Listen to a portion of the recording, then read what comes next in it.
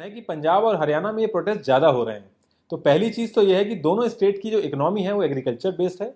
दूसरी चीज़, जो central government है वो हर साल गेहूं और चावल बल्क में खरीदती है। हरियाणा 60% से ज़्यादा प्रोडक्शन करता है बासमती राइस का, और पंजाब ऑल ओवर इंडिया में 2/3 से ज़्यादा गेहूं प्रोड्यूस करता है। जब सेंट्रल गवर्नमेंट बल्क में गेहूं और चावल खरीदती है तो स्टेट को 8.5% टैक्स देती है, जिसमें से 2.5% एपीएमसी मंडी को जाता है और 6% डायरेक्टली स्टेट के पास जाता है। अगर मैं सिर्फ पंजाब की बात करूं तो लास्ट ईयर 3600 करोड़ रुपए मिले थे इसी टैक्स से, जो कि ये लोग यूज करते हैं फ्री इलेक्ट्रिसिटी वगैरह देके फार्मर्स को इलेक्शन के टाइम पे। तो इस बिल के आने से अब वो चीज बंद हो जाएगी। ऐसा नहीं था कि गवर्नमेंट को पता नहीं था कि कौन कौन से स्टेट में प्रोटेस्ट होंगे या किस लेवल के प्रोटेस्ट होंगे, कौन कौन पार्टी छोड़ सकता है। गवर्नमेंट को बहुत अच्छे से पता था, इसीलिए ये बिल जून में कोविड के टाइम पे लाया गया। प्रॉब्लम यह है कि हर एक पार्टी को पता है कि जो एग्रीकल्चर सेक्टर है 15% जीडीपी को कंट्रीब्यूट करता है, लेकिन अगर मॉडर्न इकोनॉमी की बात करें तो एग्रीकल्चर को हमेशा सेकेंडरी रखते हैं लोग। लेकिन उसके साथ साथ एक प्रॉब्लम यह भी रहती है कि 45% पॉपुलेशन इंडिया की डायरेक्टली एग्रीकल्चर पर डिपेंडेंट है और 15% इनडायरेक्टली डिपेंडेंट है। यानी कि कोई ट्रैक्टर की मैन्युफैक्चरिंग कर रहा है, कोई पेस्टिसाइड बना रहा है, तो 58% लोग डायरेक्टली एग्रीकल्चर पर डिपेंडेंट है। और जब इतना बड़ा वोट बैंक इन्वॉल्व होता है किसी चीज में, तो वहां से शुरू होती है पॉलिटिक्स। आप नोटिस करेंगे किसान इनके मैनिफेस्टो में रहता है, किसान इनके भाषणों में रहता है, लेकिन किसान कभी भी इनके रियल एजेंडा में नहीं रहता। जब से देश आजाद हुआ और जितनी भी गवर्नमेंट आई है, सबने एक ही राग अलापा है कि पहले किसान कच्चे में रहता था, हमने पक्का कर दिया। पहले वो चूल्हा जलाता था, हमने गैस दिला दी। जबकि असल बात यह है कि पक्के मकान में वही रह रहा है जिनके बच्चे खेती छोड़ के बाहर जॉब करने गए हैं। जिनका परिवार आज भी खेती में लगा है, वो कच्चे मकान में रह रहे हैं आज भी। सबसे ज्यादा किसान के बच्चे फौज में जाते हैं। एक लग्जरी कार खरीदने आप अगर जाएंगे तो 7.5% से रेट ऑफ इंटरेस्ट स्टार्ट होता है। वहीं एक किसान ट्रैक्टर लेने जाता है और उसको लोन कराना है तो 17% तक का रेट ऑफ इंटरेस्ट लगता है। एवरेज लैंड होल्डिंग है इंडिया के अंदर 1.1 हेक्टेयर। अगर मैं 1 हेक्टेयर की बात करूं तो उसमें से 27 कुंटल गेहूं निकलता है 6 महीना खून पसीना बहाने के बाद। जो करंट रेट चल रहा है वो है 1925 रुपए पर कुंटल, जो गवर्नमेंट ने एमएसपी पे डिसाइड कर रखा है। तो उस हिसाब से एक किसान की 6 महीने की इनकम हो गई 51,975 और मंथली इनकम हो गई 8,662 और एक दिन की इनकम हो गई 288।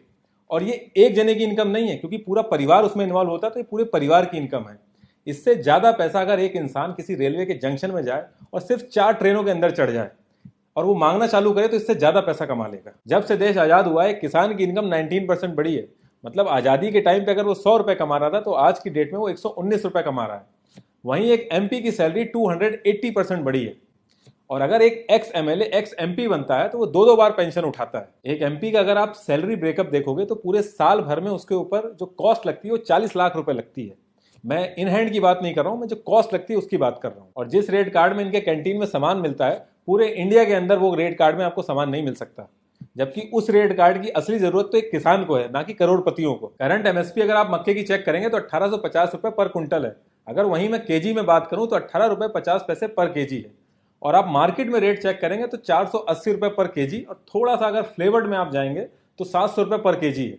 तो ये जो डिफरेंस है, इससे आप आइडिया लगा सकते हैं कि बीच में कितना बड़ा मुनाफा छुपाया जा रहा है। ये पूरी दुनिया में इकलौती ऐसी जगह है जहां पे ओनर सस्ते में बेच रहा है और कंज्यूमर महंगे में खरीद रहा है, और जिसका ना लैंड है ना अनाज है, जो मिडिल मैन है वो सबसे ज्यादा मुनाफा कमा रहा है। और रही बात पार्लियामेंट में ये बिल सही तरीके से पास हुआ, वॉइस वोटिंग सही थी या गलत थी, तो इन सब चीजों में पढ़ के कोई फायदा नहीं है, क्योंकि ये सारी पार्टियां मिलकर बस एक्टिंग कर रही हैं मदद करने की। कोई एक्चुअल में मदद करना नहीं चाहता। 2019 में अगर आप ऑपोजिशन का मैनिफेस्टो देखेंगे तो पैराग्राफ 7 और सब क्लॉज 11 में वो लोग यही बिल लाने की बात कर रहे हैं। इनफैक्ट 2012 में ऑपोजिशन ने खुद स्मॉल स्केल पे कॉन्ट्रैक्ट फार्मिंग कराई थी, और आज की डेट में वो कह रहे हैं कि डेमोक्रेसी की हत्या हो गई है। 2001 में नवंबर के मंथ में अमृतसर के अंदर जो हमारी रूलिंग गवर्नमेंट है वो एसेंशियल कमोडिटी एक्ट को खुद ही अपोज कर रही थी। और ऐसा नहीं कि कोई और लीडरशिप कर रही थी, जो करंट लीडरशिप है वही इस चीज का अपोज कर रही थी।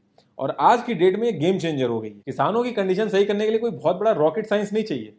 एक छोटा सा फ्रेमवर्क चाहिए जिसमें किसान, जो कि लैंड का ओनर है, जिसकी फसल है, उसको सबसे ज्यादा प्रॉफिट हो। जब से हमारा देश आजाद हुआ है, हमारी गवर्नमेंट ने बहुत बड़े बड़े डिसीजन लिए हैं। पाकिस्तान के 2 टुकड़े कर दिए, 370 हट गया, रातों रात 500,000 के नोट हट गए। तो इन सब डिसीजन के आगे ये सब बहुत छोटी सी चीजें हैं, लेकिन ये होगा पॉसिबल तभी जब गवर्नमेंट चाहेगी।